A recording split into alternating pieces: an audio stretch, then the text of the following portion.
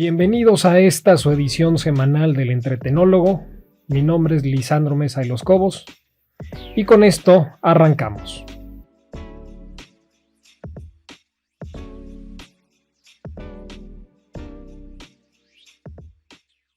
Bienvenidos nuevamente a esta edición semanal del Entretenólogo. Mi nombre es Lisandro Mesa de los Cobos y, como es recurrente todas las semanas, quiero darle las gracias a todos aquellos que se han puesto en contacto con nosotros a través de los diferentes medios y las plataformas. Estamos recibiendo muy buenas respuestas, comentarios al respecto del programa, algunos evidentemente positivos, también ha habido otros no tan positivos, pero al final del día todo nos abona. El Entretenólogo es un ejercicio abierto, plural, en el cual tratamos de hacer un espacio reflexivo sobre esta industria del entretenimiento y sus diferentes manifestaciones.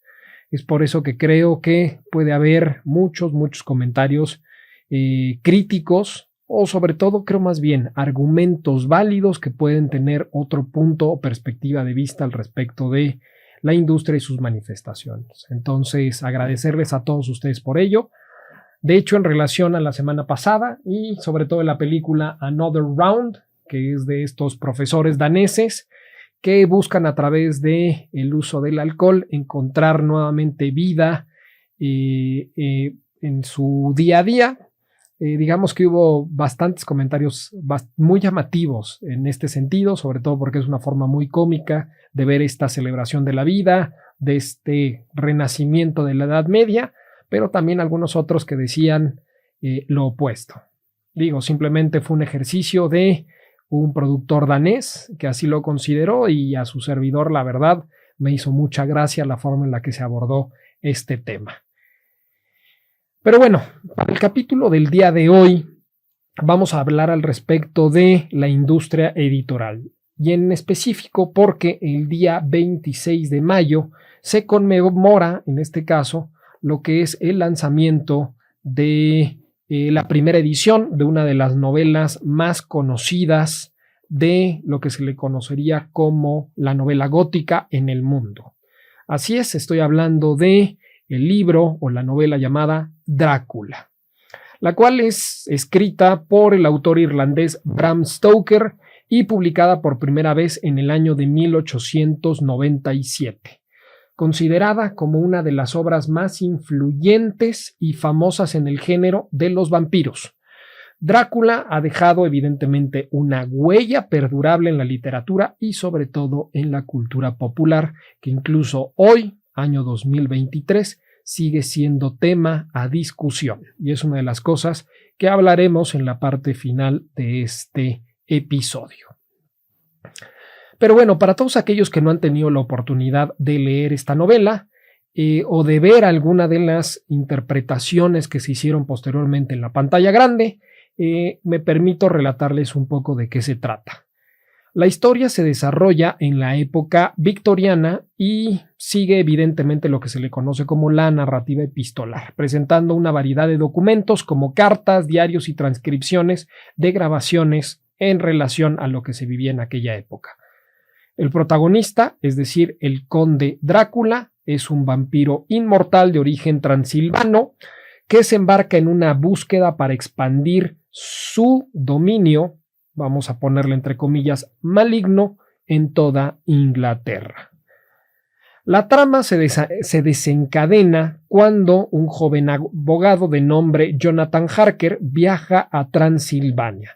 En este caso para brindar el asesoramiento legal al conde Drácula, el cual está por adquirir o busca adquirir diferentes propiedades en Inglaterra.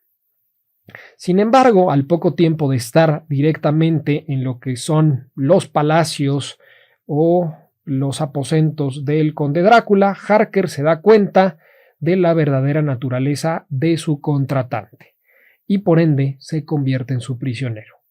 Mientras tanto, el conde Drácula, con su alto poder de influencia, comienza a ejercer cierto tipo de artimañas sobre la prometida de Harker, de nombre Mina Murray, y evidentemente sobre el círculo social que envuelve o en el que se desarrollaba el abogado Jonathan Harker.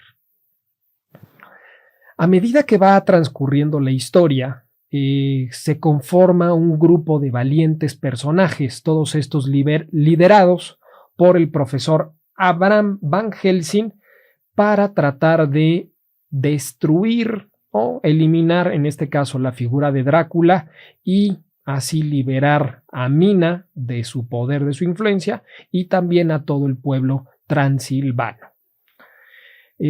Todo este grupo de jóvenes valientes se embarca en una búsqueda peligrosa para encontrar primeramente al conde y posteriormente enfrentarlo en su castillo de Transilvania. Y así es como se desarrolla la gran parte de la trama, evidentemente con un dejo gótico, con una drama muy bien estructurada y sobre todo dejándonos a nosotros lectores con altas expectativas del final. Sin embargo, como bien saben, en el entretenólogo no busco el platicar al respecto de una novela nada más, sino por el contrario tratar de encontrar esos aspectos profundos que trae la misma. Y en esta se abordan evidentemente ciertos temas filosóficos y antropológicos que reflejan tanto lo que son las carencias de la época, sus creencias y de igual forma las preocupaciones que se asemejaban o que existían en aquel momento. Dentro de las cuales la primera y la más llamativa tiene que ver con la dualidad del bien y del mal.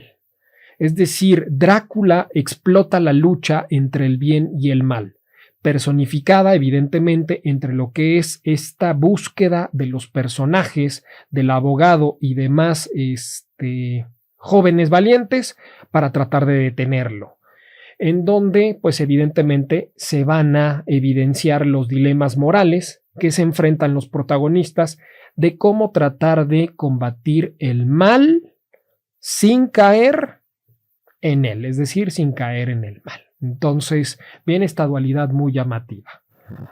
Posteriormente viene una idea que en aquel entonces, en la época victoriana, era algo complejo de platicar, algo complejo de vivir y algo complejo de expresar, que tiene que ver con la sexualidad deprimida, en donde la figura de Drácula expresa la existencia de deseos y pulsiones sexuales reprimidas a través de la figura, en este caso muy seductora, del personaje principal, el cual ejerce un gran poder sobre las mujeres de la época, genera esa atracción inexplicable, en particular con Mina Murray, lo cual evidentemente, y como lo mencionaba hace poco, transgrede con todas estas reglas o reglas morales que se estaban viviendo dentro de la época victoriana en relación a la sexualidad y evidentemente el deseo femenino masculino.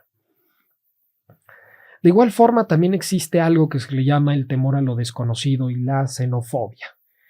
Esto, no es nuevo, sobre todo a nivel literario, sobre todo porque estamos hablando de que existen grandes filósofos que nos hablan al respecto de toda esta cuestión de el ser humano y el temor a las cosas que desconoce. Por algo existe incluso el mito de la caverna, ¿verdad? Que data de mucho tiempo atrás. En donde evidentemente, o más bien el autor, Bram Stoker, trata de desarrollar la historia en un contexto de lo que se le llaman los viajes internacionales y en aquel entonces su pequeña pero creciente globalización, en donde Drácula representa a este extranjero que trata de llegar o llega a Inglaterra, tratando o generando verdaderas amenazas hacia la población y hacia lo que ellos consideraban como lo correcto. Y dentro de estos, pues evidentemente se asemeja a todo lo que sucede de manera constante con la inmersión de nuevas culturas, de nuevos pensamientos en un espacio, en este caso geográfico y demográfico, particular.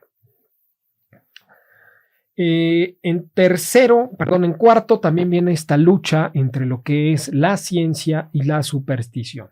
Otro de los temas o otro de los puntos que creo firmemente se ha abordado de manera constante en muchas otras novelas y, en muchas otras manifestaciones artísticas, en donde el profesor o la figura del profesor Van Helsing, con su conocimiento 100% científico y ese enfoque racional, pues trata de enfrentar a el conde Drácula a través del uso de la ciencia y en algunos momentos a través también de la cuestión de las supersticiones. La novela nos sugiere que la ciencia y el razonamiento lógico deberían de ser las herramientas fundamentales para combatir el mal y en este caso en particular desvelar los secretos del vampirismo. Y por último, uno de los puntos fundamentales que tiene que ver con la inmortalidad y la trascendencia, es decir, este tema que incluso hoy en día, año 2023, sigue siendo un tema muy fuerte y algo que de día con día se está revisando en todo sentido. Pues el vampiro, el conde Drácula, resulta que es un ser inmortal, pero vive en un estado de no vida. Y de esa manera se plantean diferentes cuestiones filosóficas sobre la mortalidad y evidentemente la trascendencia. Es decir, Drácula hasta qué punto se le puede considerar como inmortal y hasta qué punto se le podría considerar como una persona con no vida. Y evidentemente, gracias a este proceso del tiempo, enfrentar todo lo que se le llama el poder, la separación de la vida y la muerte y todo aquello que asemeja el poder de controlar el pensamiento de las personas alrededor de uno. Esta novela de Bram Stoker ha sido llevada a la pantalla grande en múltiples ocasiones. Sin embargo, muchas de ellas, y las podemos ver de manera constante, por ejemplo, una que se me viene de manera inmediata a la cabeza, la de Entrevista con el vampiro, no tiene relación alguna con la película. Y así algunas otras. Incluso una que hace no mucho, año 20, que fue 2019, 2018, La verdadera historia de Drácula, en donde pues aparece Vlad el emperador III destruyendo a todo un imperio, tampoco tiene una relación con esta novela. Por el contrario, existen al menos 5 películas de las cuales el acercamiento con la novela de Bram Stoker es muy directa. La primera es la de Nosferatu del año 1922, que aunque no es considerada como la adaptación oficial, esta película dirigida por F.W. Murnau, es considerada una de las primeras o de las pioneras que habla respecto de los vampiros y en gran medida sobre lo que mostraba en este caso Bram Stoker.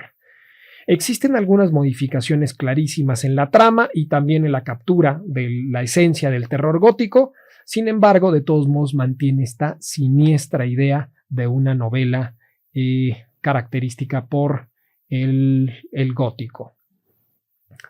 En el año de 1931 surge aquella que se le llama Drácula, la cual es dirigida por Todd Browning y también es la primera aparición cinematográfica, en este caso, de la imagen del Drácula, interpretado por el icónico actor Bela Lugosi.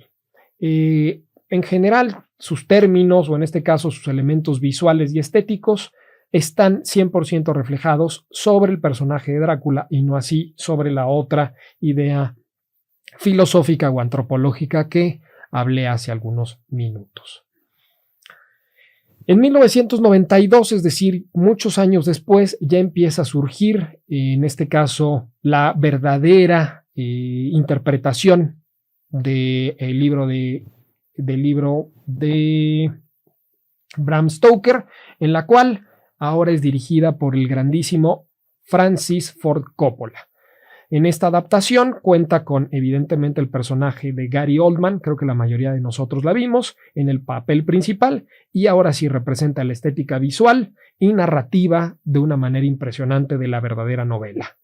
Evidentemente va a tener un dejo muy romantizado y trágico de la historia de Drácula y utiliza lo que son diferentes herramientas cinematográficas innovadoras para generar esta idea o esta atmósfera gótica y de terror que tanto su autor literario buscaba. Y finalmente, en el año 2014, ahora sí, y lo podemos disfrutar, con lo que se le llamó Drácula, de Bram Stoker, la cual es dirigida por Tony Bancroft y narrada por el actor Malcolm McDowell, en donde es una adaptación, no puedo decir perfecta, pero sí visualmente llamativa, de lo que verdaderamente o fielmente es la novela escrita. Ahora bien, ya que pudimos hablar y analizar un poco al respecto de, en este caso, lo que es Drácula y la novela de Drácula, algo tan añejo, y en miras a lo que va a suceder próximamente en el Estado de México y las elecciones para la gubernatura, es que decidí hacer un ejercicio complejo de reflexión y de comparación entre lo que la filosofía de Bram Stoker traía y lo que nosotros podríamos visualizar en próximas elecciones. Lo primero creo que tiene que ver con la corrupción y el abuso del poder. Es decir, Drácula presenta la figura de un ser inmortal, sediento de poder y capaz de corromper a otros. Esta representación hoy en día podría ser vista como una crítica hacia los abusos de poder y la corrupción que se pueden o existen en diferentes ámbitos, y esto evidentemente incluye la política.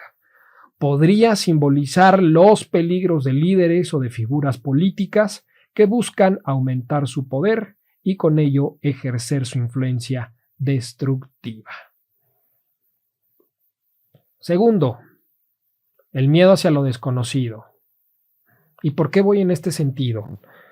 Bien, en las elecciones evidentemente sabemos que hay una cuestión partidaria, partidos políticos unidos, partidos homogénicos, pero todos ellos evidentemente con una idea muy estructurada de cuál es su perfil o su ideología, en este caso ya sea de izquierda, derecha, y creo que por ahora no hay un centro izquierda o un centro derecha. Pero bueno, en esta novela, evidentemente, y tratando de traerlo hacia la realidad, Drácula es un personaje extranjero y desconocido que genera miedo y desconfianza en los demás. Esta representación, evidentemente, puede ser interpretada como una crítica a las actitudes y al temor hacia aquellos que consideran terrorífico lo diferente o que provienen de culturas distintas. Y sobre todo, vamos a hablarlo directamente, en los personajes políticos, aquellos que creen y que confían que a través de la inversión extranjera podemos crecer como nación, y aquellos, por el contrario, que la expropiación y el nacionalismo, o más bien llamado falso nacionalismo, son la clave y la herramienta para encontrar un futuro mejor. Y por último, que me suena muy llamativo, es la idea de la lucha entre la razón y la superstición, en donde Drácula principalmente va a tener una lucha de enfoque racional y científico contra el profesor Van Helsing y las creencias supersticiosas del folclore popular. Esta lucha creo que podría ser vista como una reflexión constante entre la razón y la fe ciega, y puede tener evidentemente implicaciones sobre el contraste en términos de cómo se van a abordar los desafíos y la toma de decisiones basadas en el razonamiento político. Y aquí es donde voy a meter mi cuchara y me voy a responsabilizar al 100% de mis palabras. El ejercicio político evidentemente debe ser racional, debe ser consciente, y al menos hoy en día ya nos han presentado sus propuestas estas dos candidatas a gobernadoras del Estado de México. Y es aquí donde le toca a la ciudadanía pensar y reflexionar su voto. Y en lo primero que me gustaría hacer y pedirles es que revisen esta situación fuertemente de la corrupción y del abuso del poder. Y a lo primero que me remito es no se vayan a épocas de los 1920, 40, 50 y 60, porque evidentemente sabemos que el ejercicio político no fue del todo correcto. A lo que los invito es a reflexionar de manera inmediata lo que se está viviendo hoy en día en nuestro país. ¿Qué tanta corrupción y abuso de poder existe al día de hoy y quién es el creador y generador del mismo? Y esta parte la dejo a su consideración, sin embargo, sí los invito a reflexionar sobre el mismo. De igual forma, ¿cuál de estas candidatas tiene un miedo absoluto hacia lo desconocido? ¿Cuál de ellas está pensando en la generación de ingresos a través de la fuente o recursos extranjeros? Porque vamos a decirlos que los inversores extranjeros son aquellos que brindan grandes oportunidades de negocio y de crecimiento a México hoy en día. ¿Quién de estas dos políticas tiene este enfoque de traer mayor crecimiento, mayor industria, mayores recursos, mayor flujo de efectivo, en este caso al Estado de México? porque me queda claro que ambas pueden tener en el discurso demagógico la misma idea, pero hay otras que lo saben aterrizar de una manera más consciente y más coherente que otras. Y finalmente, la lucha de la razón por encima de la superstición, y dejando así la fe ciega. Entiendo que todo México buscamos un verdadero cambio, porque así lo necesitamos. Pero es muy diferente creer que ese cambio viene de un proceso racional, consensuado, planificado y organizado, que tiene punto y coma en su plan de acción, a aquellos que lo único que piden y buscan es la fe ciega, confía en mí, que yo te haré cambiar y que yo cambiaré todo. Estado de México se enfrenta con unas elecciones próximamente que creo que pueden definir el futuro de una nación entera, porque Estado de México es uno de los estados más importantes a nivel república. Y gracias a lo que suceda en estas elecciones es que se podría vaticinar el futuro de una nación que hoy en día está en pobreza, tiene hambruna, no tiene medicamentos, a las personas con cáncer y otras enfermedades no se les escucha, hay muertes por doquier en todo momento y en todo lugar, hay un descontrol absoluto y por el contrario, el nepotismo y la corrupción no se han acabado, por el contrario, se han incrementado. Invito a las personas a hacer un ejercicio reflexivo, que no se dejen llevar única y exclusivamente por lo que escuchan en las noticias, por lo que ven de manera radical en sus redes sociales. Los invito a que piensen en el futuro de sus hijos y en el futuro de la nación completa. Es tiempo que llegue un verdadero cambio, y el cambio no viene de palabras bonitas. El cambio viene de aquellos que quieren trabajar duro y esforzarse duro e invitar a todos a que se esfuercen y trabajen arduamente. En fin, con esto concluyo mi participación del episodio de esta semana, recordándoles siempre que sean pasionales y sobre todo, el ejercicio del entretenimiento es un reflejo claro de lo que se vive en la ciudadanía o un reflejo claro de lo que se vive en momentos históricos. Hoy en día estamos en un momento histórico. Ojalá y podamos en algunos años disfrutar de las bellezas que nos hagan nuestras propias decisiones. Soy su amigo Lisandro Mesa de los Cobos. Los invito a suscribirse, compartir, darle like, porque es gracias a ustedes que podemos seguir creciendo. Muchas gracias y nos vemos la próxima semana.